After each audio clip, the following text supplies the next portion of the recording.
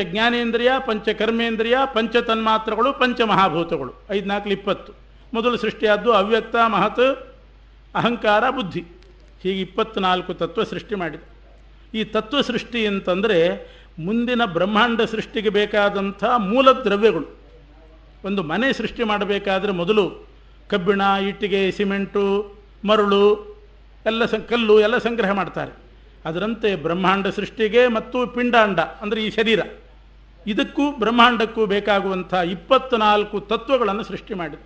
ಅವ್ಯಕ್ತ ತತ್ವ ಅಂದರೆ ಸತ್ವರಜಸ್ತಮೋ ಗುಣಗಳು, ಮಹತ್ತತ್ವ, ಅಹಂಕಾರ, ಬುದ್ಧಿ. ಹೀಗೆ ಆ 24 ತತ್ವಗಳನ್ನು ಸೃಷ್ಟಿ ಮಾಡಿ ಅದಕ್ಕೆ ಅಭಿಮಾನಿ ದೇವತೆಗಳನ್ನು ಸೃಷ್ಟಿ ಮಾಡಿದ.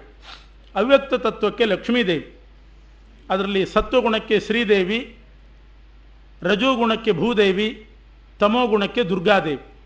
ಆ 3 ರೂಪಗಳನ್ನು ಸ್ತೋತ್ರ ಮಾಡಬೇಕು. ಸತ್